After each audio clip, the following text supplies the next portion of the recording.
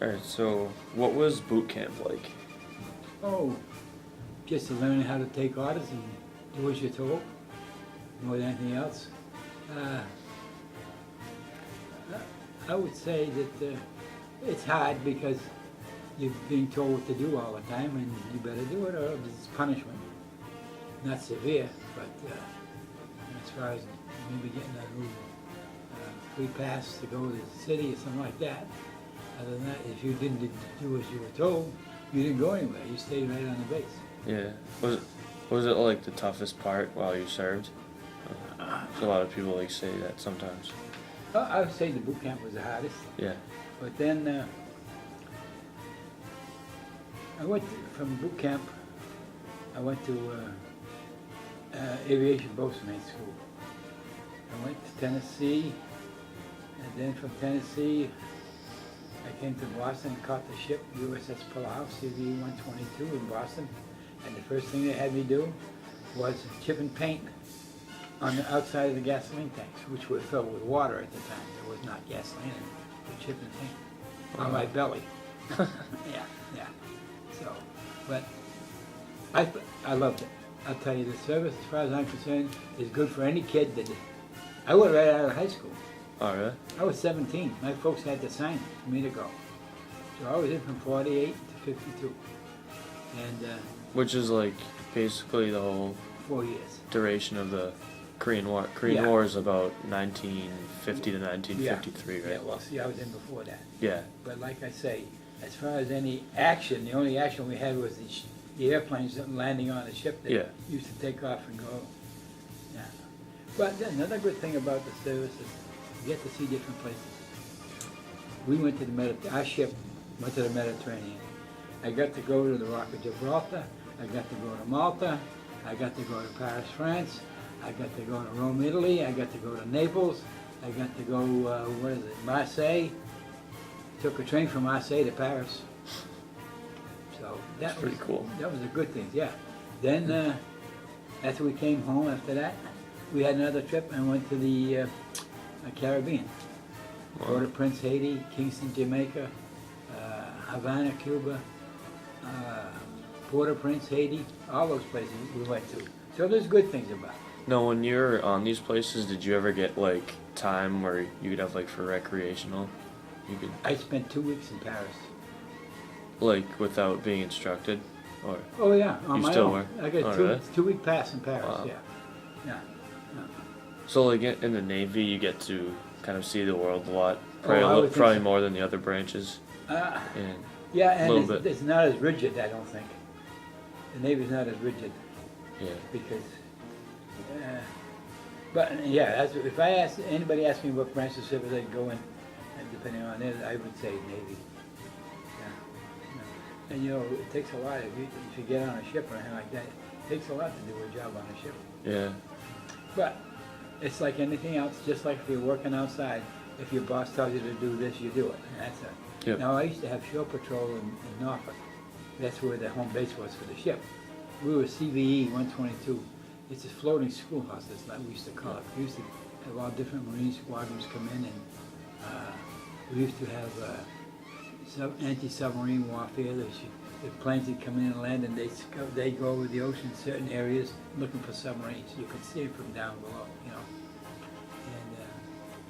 And other than that, as far as shore patrol would go, just like everybody, you get duty bound every so many weeks. You might have a weekend off.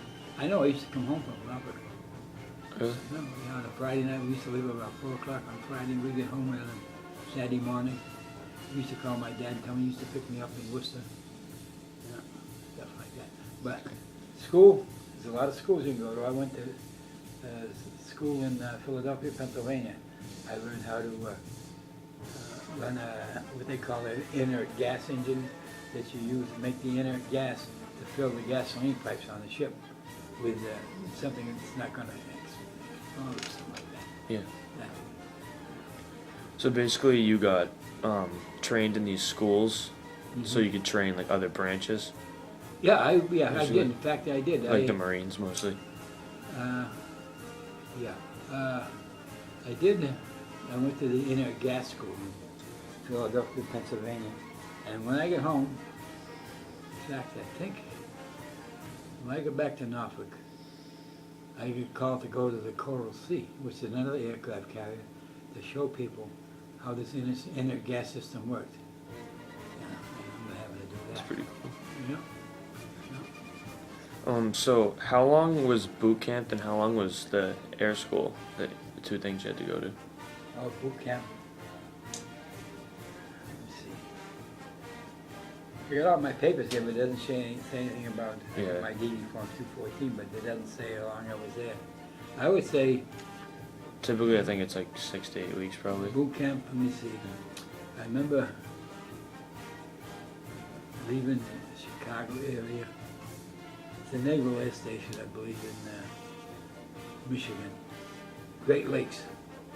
And I got there, I left, let's see, I joined in 48, July 48, right out of high school.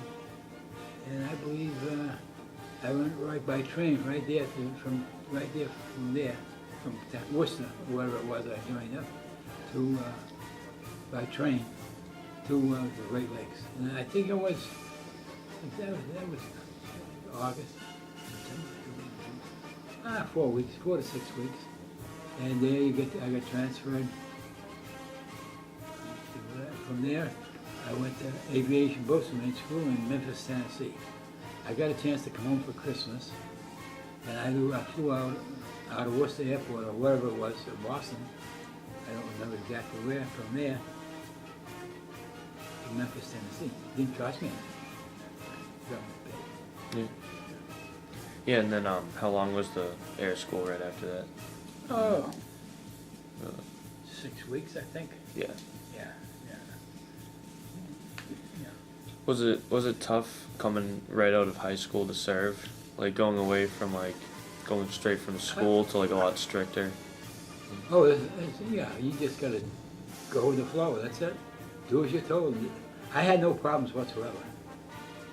And if you study a little bit, you can get up in rank and make more money. I finished as a second class aviation boatswain after 4 years. If I'd have stayed in, they would have given me chief petty officer. But Mommy wanted me to stay home because they lost their daughter. Yeah. They were going to college and getting married. So I said, okay. I was home about a year after that, and then my mother and father moved to Florida.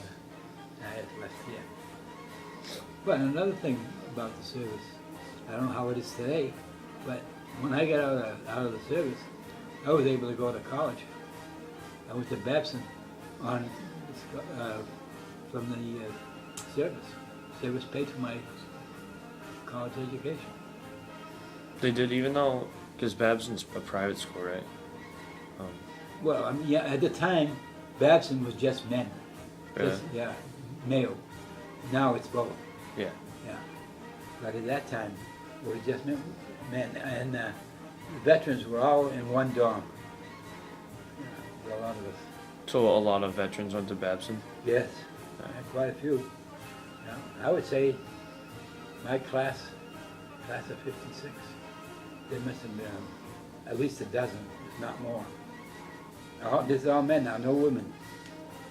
But there's plenty of colleges around. There were women, like Wellesley and all those places. There's a lot of girls around. Yeah. There was a nursing school down in, not far from where we were. Yeah. So, Pine Manor Junior College, I remember that. So, but as far as the service, there was no problem as long as you did what you were told. And at times, if you had something to say, you'd get permission, or you'd ask for permission to speak your piece or whatever. No problems. Yeah, it wasn't like you had the thumb on, you can't move. No, Yeah. It was none of that stuff. But if you had, you had to have shore patrol, you had to go. If you had a friend, I had a friend on the ship, he was a colored guy, and his whole family lived in Norfolk, and the ship was based in Norfolk. A lot of times, he'd ask me to swap with him. So I'd take his spot so he'd go visit his family and stuff like that. So that's easy. Yeah, So, it's not bad. As long as you took somebody, they worked together, had no problems. Do you still know anyone that you served with? No. I have, it's funny you ask. We have a reunion. I've never been to one, but there was a USS Palau CVE 122 reunion every year. It's usually down around, I don't forget where it is this year. In fact, I just got my paperwork. I don't know where it is. I think it's down near in Virginia somewhere, or South Carolina.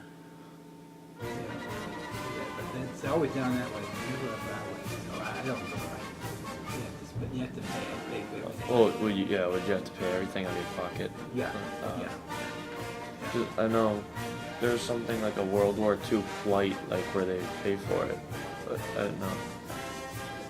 No, they You didn't know. pay, no, for class reunion. We are out of the service then. It's just something that the fellows got together.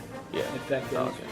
that's what I did. In fact, this week, yesterday, I made out my membership. I had to charge $10 a year. I had to mail that out to still be a member of the union. So even after you get discharged, you're still able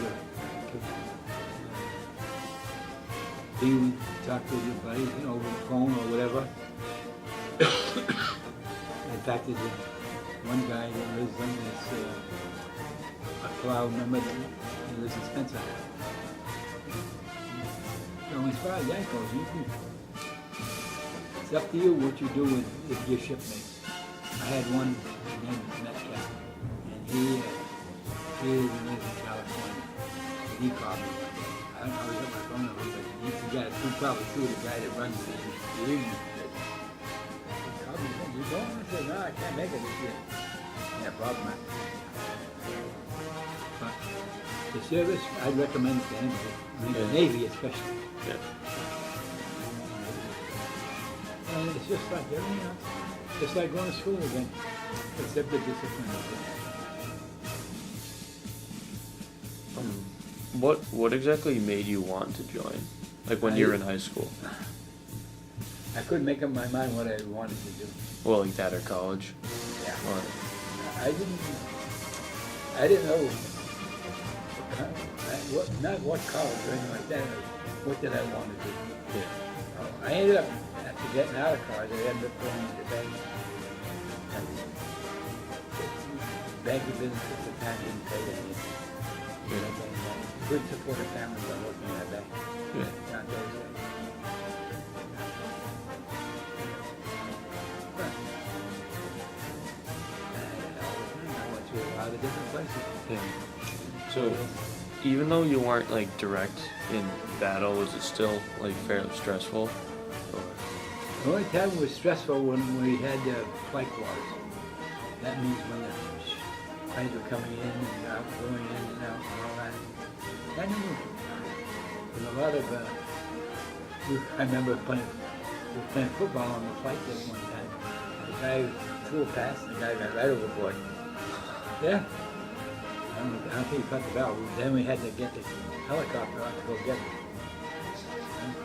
That was the last time we played football on a flight deck. No more. Yeah, that was far fun, but it happened. Then we had a few crashes.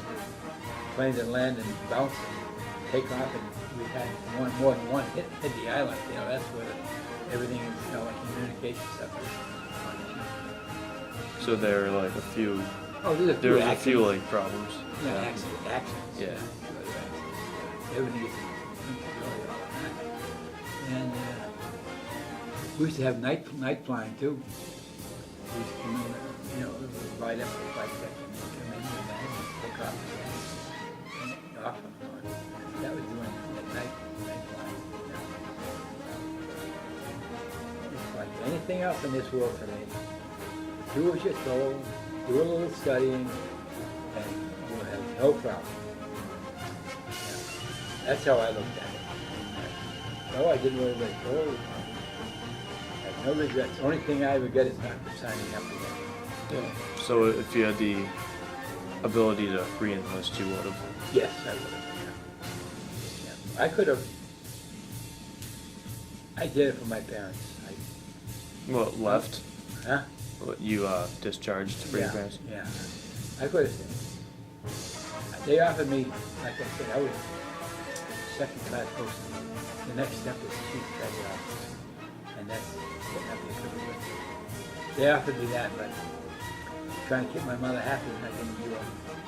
I said, if I had really thought about it, I could have gone back a year later after they moved to Florida. That's what I should have done. I liked it so much, I had no problem with it. As long as you learn it, and you might get upset sometimes because of the way things went, but just play an even field, you have no problems, don't answer back. Or you may question, you say, sir, can I speak? And that's all. And no problems, I never had any problems. And then my shipmates, the fact is one that lives in, I can't think of it, she has relatives that lives there.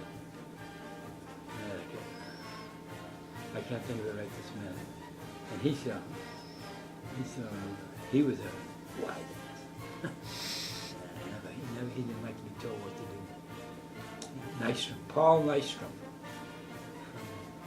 The guy that played first base for the Red Sox came from there too. I can't think of his name.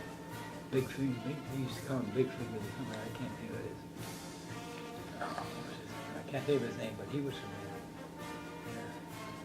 Yeah. But I would recommend it to anybody if you didn't know what you wanted to do. Yeah. Really.